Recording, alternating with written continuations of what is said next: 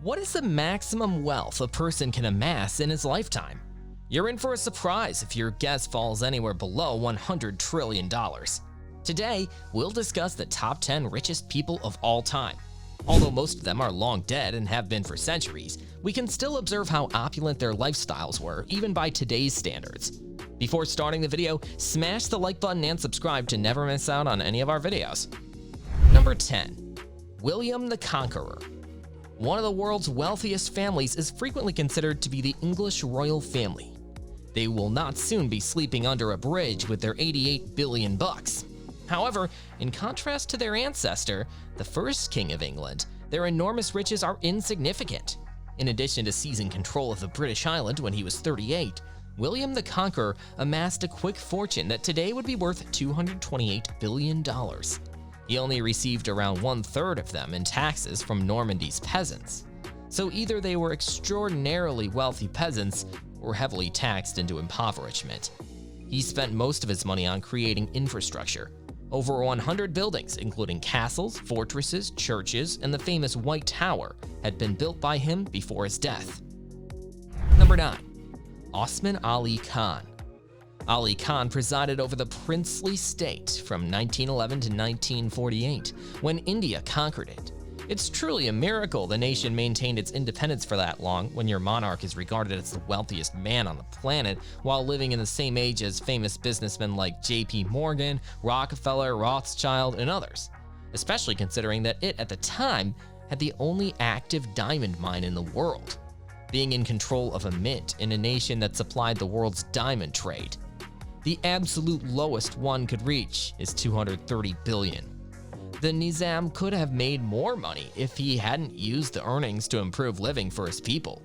Even though he gave his nation roads, trains, and an airport, the emperor managed to amass some opulent possessions for himself, such as $50 million worth of the Jacob diamond, $100 million worth of gold and silver, almost $500 million worth of jewelry, and other valuables. For her wedding, the Nizam gave Queen Elizabeth II diamond jewelry, a tiara, and a necklace to display his wealth.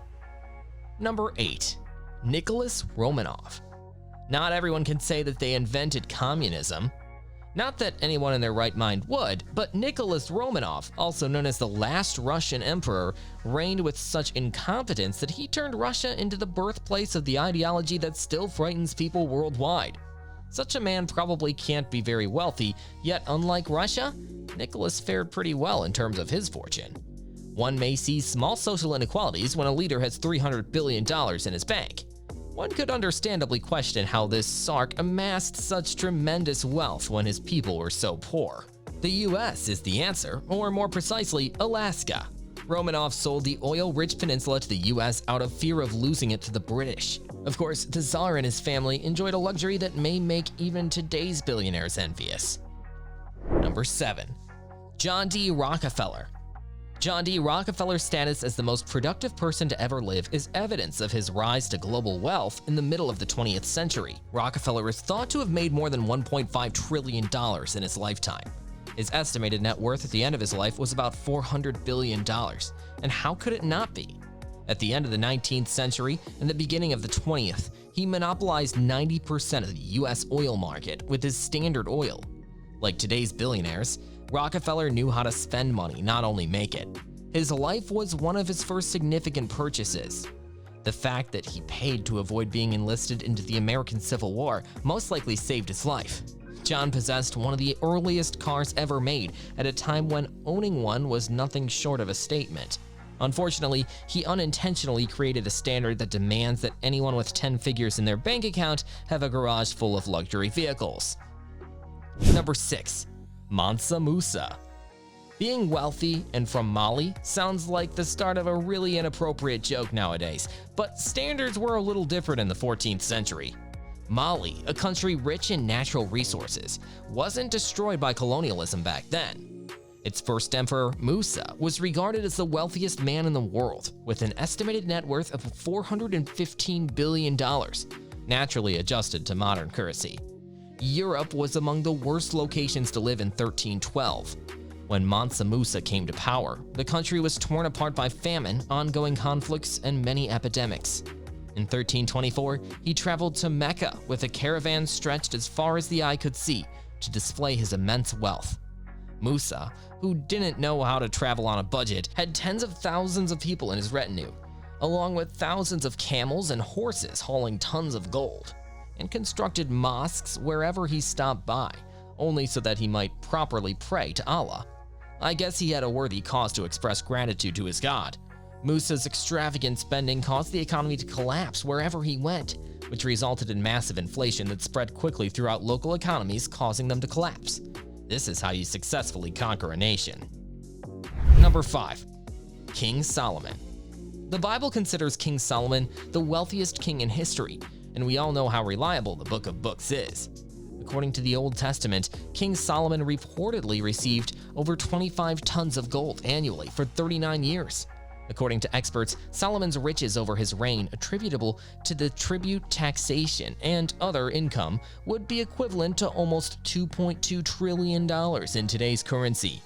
The Bible claimed that all of the king's expenditures were utterly righteous, and he even constructed the first Jewish temple in Jerusalem. Thus, it stands to reason that we cannot expect to see him spending his money on alcohol, drugs, or women, given the nature of the information source. Number 4. Augustus Caesar. It may sound like Vladimir Putin will declare himself the first emperor of the largest nation on Earth any minute, but he won't be the first to do so. The same thing was done by Augustus Caesar over 2,000 years ago, and it unquestionably benefited him. With this straightforward political maneuver, Augustus acquired wealth that in today's dollars would be worth $4.6 trillion. Until you consider that Augustus personally owned Egypt, which provided food for half of the empire, this almost unbelievable net worth seems a little far-fetched.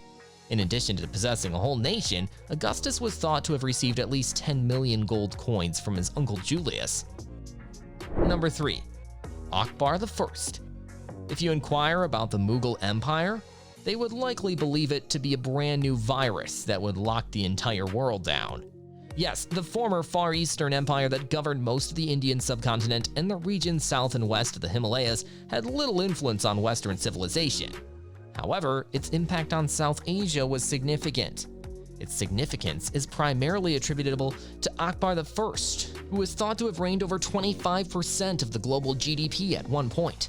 Of course, this lessens the impact of his enormous wealth of $21 trillion. Akbar constructed 3 magnificent palaces for himself in Delhi, Agra, and Fatehpur, and lavishly embellished them with 1 ton of gold. The mere sight of it would cause Donald Trump to have an aneurysm. Silk, marble, and a ton of artwork were also used to embellish the interior. Number 2. Shenzong. Being the Chinese emperor during one of the most prosperous eras of the nation's history undoubtedly has its advantages. Between 1067 to 1085, Shenzong oversaw China and brought great prosperity to him. While the nation benefited from peace and economic growth, new social programs provided the poorest farmers with desperately needed relief. Over 30% of the world's GDP was reportedly under Shenzong's control at the time.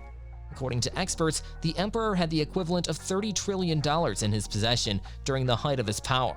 Of course, Shenzong lived opulently in palaces that remain important examples of architecture. Number 1. Genghis Khan. One may readily picture a well-educated visionary with access to power, an entrepreneurial zeal, and a talent for trade and business growth while discussing the wealthiest person in history. Genghis Khan, however, widely renowned for his horrific warfare that brought destruction, mayhem, and massacres all the way to Europe, was none of the above. He did succeed in amassing a wealth of more than $100 trillion. Considering that he killed nearly 10% of the world's population in 20 years, I wouldn't advise learning any business advice from this ruler. Genghis Khan did create the first biological weapon. Therefore, that qualifies as a form of inventive thinking. Yes, thanks to the strategies Genghis used to control half the world, the bubonic plague will decimate the earth again 2 centuries later. So it would appear that if you want to be one of history's wealthiest people, all you have to do is wield an iron hand to dominate a nation, inject your personal wealth into its economy, and treat your neighbors poorly. That makes me think of a particular international leader we have right now. What business lessons have you taken away from the top 10 wealthiest people in history? Let me know in the comments below if you enjoyed this video. Stay safe, and we will be right back soon with another video. For more information, subscribe and watch other videos from our channel.